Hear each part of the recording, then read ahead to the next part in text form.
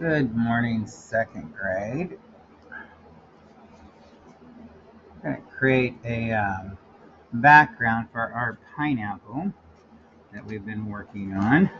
Last week I had you cut them out and we put them um,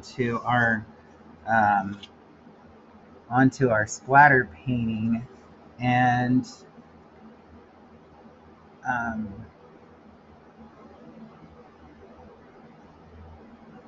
I just don't have enough light here or what? I'm not seeing very well. Anyways, we're going to create this background. The first step we need to do is to think about the horizon line.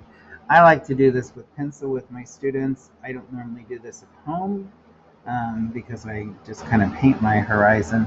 But you can see that I've just drawn a horizon here um, to make my starting point of my composition.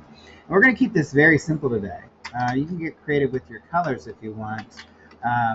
But basically, we're going to create a background, which is up here above the horizon line, and a foreground, which is below the horizon line.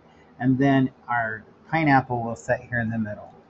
We did it, like I said, a splatter painting, and I was not as happy with the way it looked once we connected that. So I'm thinking we ought to go with something um, a little more um, different, and maybe we could even do something different with that splatter painting yet, because it's still a pretty painting. But I think what I'm going to do is stick with my cool colors, since we use the bright colors in our pineapple.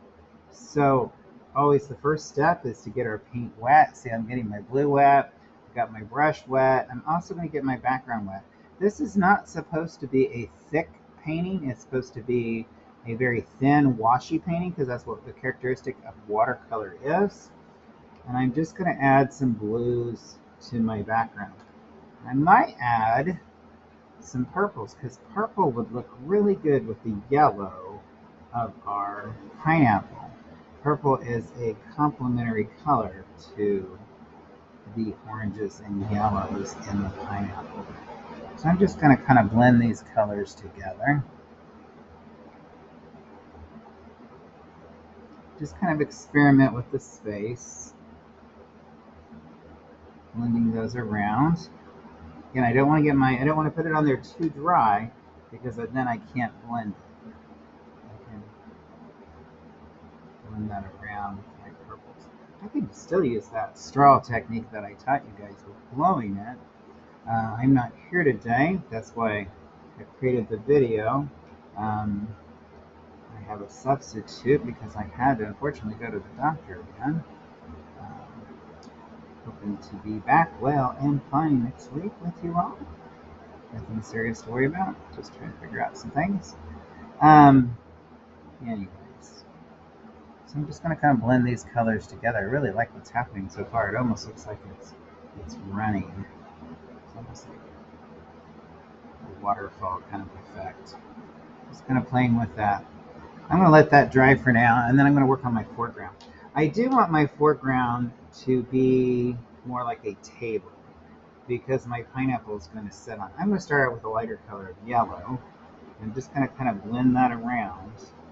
And I would like you to stay with somewhat similar um, paint palette as far as colors, um, with the cool colors. And then we're going to use a brown, like I said, to make this look like a table. Like the pineapple sitting on the table, it's being prepared, ready for us to enjoy. I'm going to create a texture on here, kind of like a wood texture. And then I will show you next week how we can draw onto this.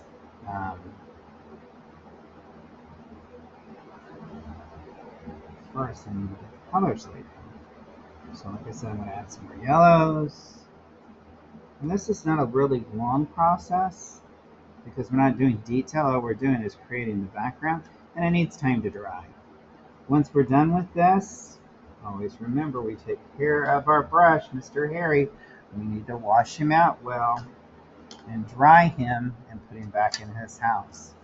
Um, this is on a paint palette when we work on the paint table. So the paint palette's going to have, or paint palette, the tray is going to have to be replaced. And then our painting goes on the drying rack. Our second grade drying rack is over by the sinks. right beside the third grade drying rack. It's the lower one, not the tall one. And it's beside table 5. If you guys can make sure that you put that there for me.